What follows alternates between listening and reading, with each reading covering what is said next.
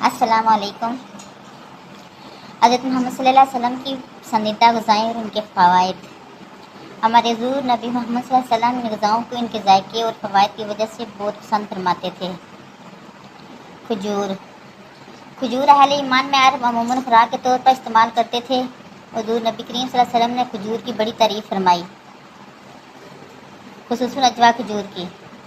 حضور نبی کریم صلی اللہ علیہ وسلم کو کھجور بہت زیادہ پسند تھی اور اس کا بہت استعمال فرماتے تھے۔ رسول صلی اللہ علیہ وسلم کا ارشاد ہے، جو شخص روزانہ صبح کے وقت 7 اجوا کھجوریں کھا لیا کرے، اس سے اس دن زہر اور جادو کی کوئی نقصان نہیں پہنچا سکتا۔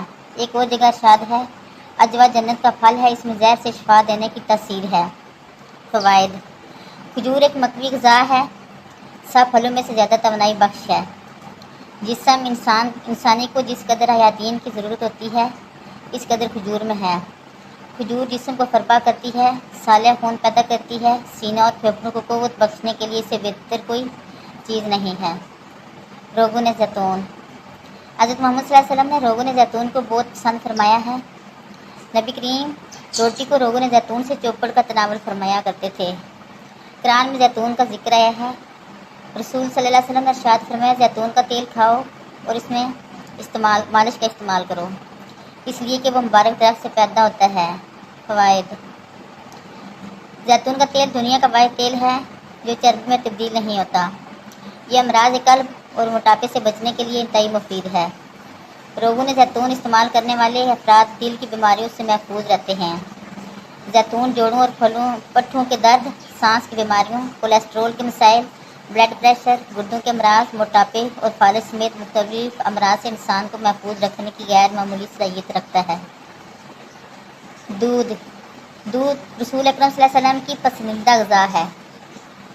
نبی کریم صلی اللہ علیہ وسلم کو دودھ بہت پسند تھا۔ آپ صلی اللہ علیہ وسلم اکثر گائے اور بکری کا دودھ استعمال فرماتے تھے۔ آپ صلی اللہ علیہ وسلم کا ارشاد ہے، کوئی چیز ایسی نہیں جو طعام اور مشروب دونوں کا کام دیتی ہو سوائے دودھ کے۔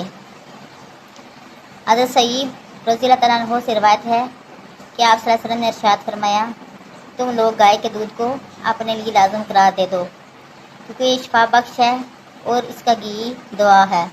فوائد۔ حضرت انسان کے لیے ایک مکمل غذا ہے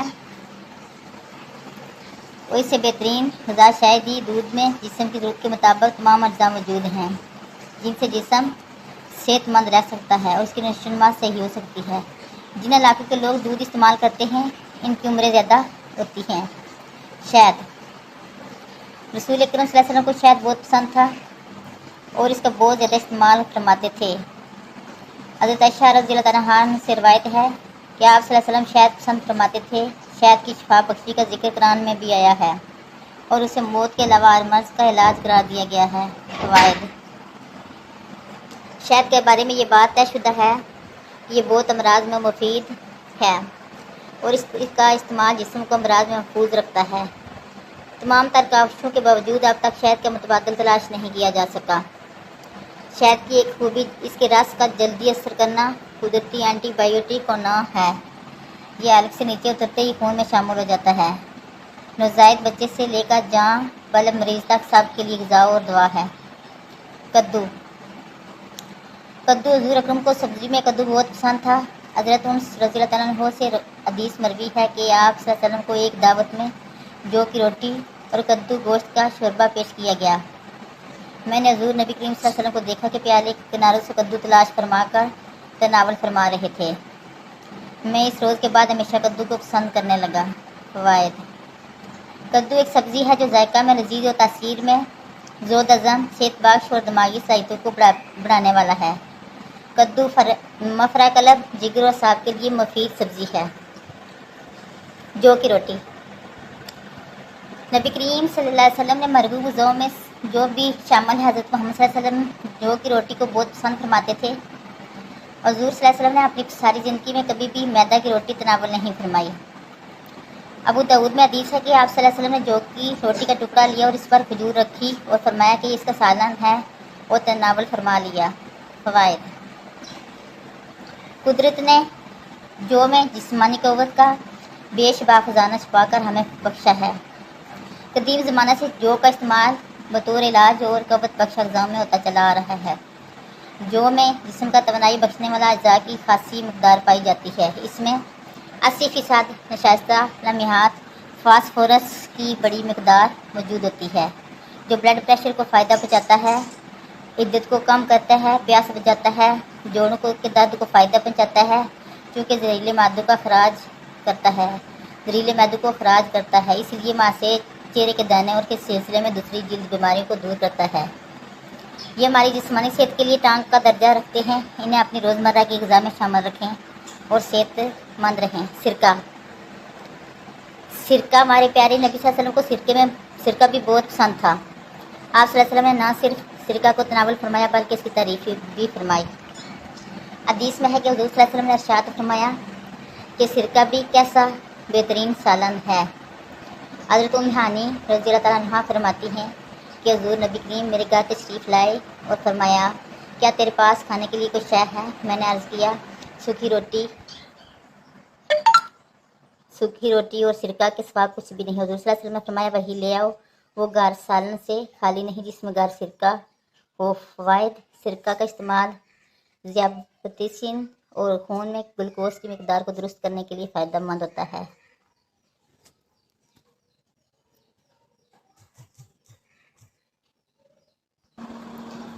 सिरका का इस्तेमाल ज़ियाबतीस और खून में ग्लूकोज की मकदार को दुरुस्त करने के लिए फ़ायदेमंद होता है। सिरका खाने में इस्तेमाल इसका एहसास को बढ़ा देता है कि आप भूख नहीं, यानी इंसान को कम खाता है और इस तरह निज़ाम बेहतर बनाता है। गोश्त आप सल्लल्लाहु अलैहि वसल्लम की मरगूब ग़िज़ा थी। आन हज़रत सल्लल्लाहु अलैहि वसल्लम ने फरमाया, दुनिया और जन्नत दोनों जगह सब खानों का सरदार गोश्त है। हज़ूर अकरम सल्लल्लाहु अलैहि वसल्लम ने शोरबे वाला और भुना हुआ गोश्त शौक़ से तनावल फरमाया। हज़रत अबू हुरैरा रज़ियल्लाहु अन्हु फरमाते हैं कि हज़ूर अकरम सल्लल्लाहु अलैहि वसल्लम की खिदमत अक़दस में कहीं से बकरी का गोश्त आया, इसमें से 10 का गोश्त खिदमत अक़दस में पेश किया गया। आप सल्लल्लाहु अलैहि वसल्लम ने इसको दांतों से काट कर तनावल फरमाया। फ़वाइद: गोश्त जिस्म इंसानी की सेहत और तवानाई के लिए बहुत मुफीद करार दिया जाता है। इसमें जिस्म की ताकत और तवानाई के लिए आम अज्जा होते हैं। अंजीर भी हज़रत मोहम्मद सल्लल्लाहु अलैहि वसल्लम की पसंदीदा ग़िज़ाओं में से एक है। हज़रत मोहम्मद सल्लल्लाहु अलैहि वसल्लम ने फरमाया, अंजीर जन्नत का फल है। फ़वाइद: अंजीर का फल बुढ़ापे को रोकता है, यानी इस फल के खाने से बुढ़ापा जल्दी नहीं आता। ये कमज़ोर और दुबले पतले लोगों के लिए नेमत पेश बहा है। माहिरीन तब का कहना है कि रोज़ाना अंजीर खाने से मोटापे पर काबू पाया जा सकता है। अंजीर के अंदर प्रोटीन, मदनी अज्जा, शक्कर, कैल्शियम, फास्फोरस पाए जाते हैं। दोनों अंजीर यानी खुश्क और विटामिन ए और सी काफ़ी मकदार में होते हैं। विटामिन बी और डी कलील मकदार में होते हैं। इन अज्जा के पेश नज़र अंजीर एक मुफीद ग़िज़ाई दवा की हैसियत रखता है। इसका इस्तेमाल हड्डियों को मजबूत बनाता है। इसमें फ़ोलाद, कैल्शियम और फास्फोरस जैसे अज्जा शामिल हैं। माहिरीन का कहना है कि एक अंजीर इंसानी जिस्म को दरकार फ़ोलाद की 2% ज़रूरत को पूरी करता है। अंगूर हज़रत सैयदना अब्दुल्लाह बिन अब्बास रज़ियल्लाहु तआला अन्हु फरमाते हैं, मैंने नबी करीम सल्लल्लाहु अलैहि वसल्लम को अंगूर के खोशे में इस तरह तनावल फरमाते हुए देखा कि छोटा सा खोशा मुंह में लेकर दाने तोड़े और तनकोल को बाहर खींच लेते। फ़वाइद: अल्लाह ताला की नेमतों में से एक नेमत अंगूर है, जो इंतहाई लजीज और बेमिसाल क़ुव्वत बख्श फल। इसे सेहत और तवानाई और फ़रत फराहम करने के लिहाज से एक अछूता और पुरकशिश फल तस्वर किया जाता है।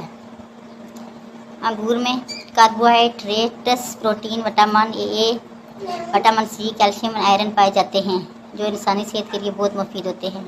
यह हर उम्र की ख़वातीन की तवानाई की ज़रूरत पूरी करता है। ये जिस्म में ताज़ा और मसफ़ी खून पैदा करने का सबब बनता है। इसके अंदर बेपनाह ग़िज़ाइयत होती है। इसका रस न सिर्फ मैदे की तरबूत को मज़ीद हज़म बनाता है, बल्कि निज़ाम हज़म के बाद खून में शामिल होकर खून को सेहतमंद भी बनाता है। अंगूर का रस अद्दे, सिरके, दर्द और मैदे की बीमारियों, तबदिक या कब्ज़, खांसी, जिस्म की कमज़ोरी, खून की कमी और दीगर अमराज के लिए बहुत मुफीद है।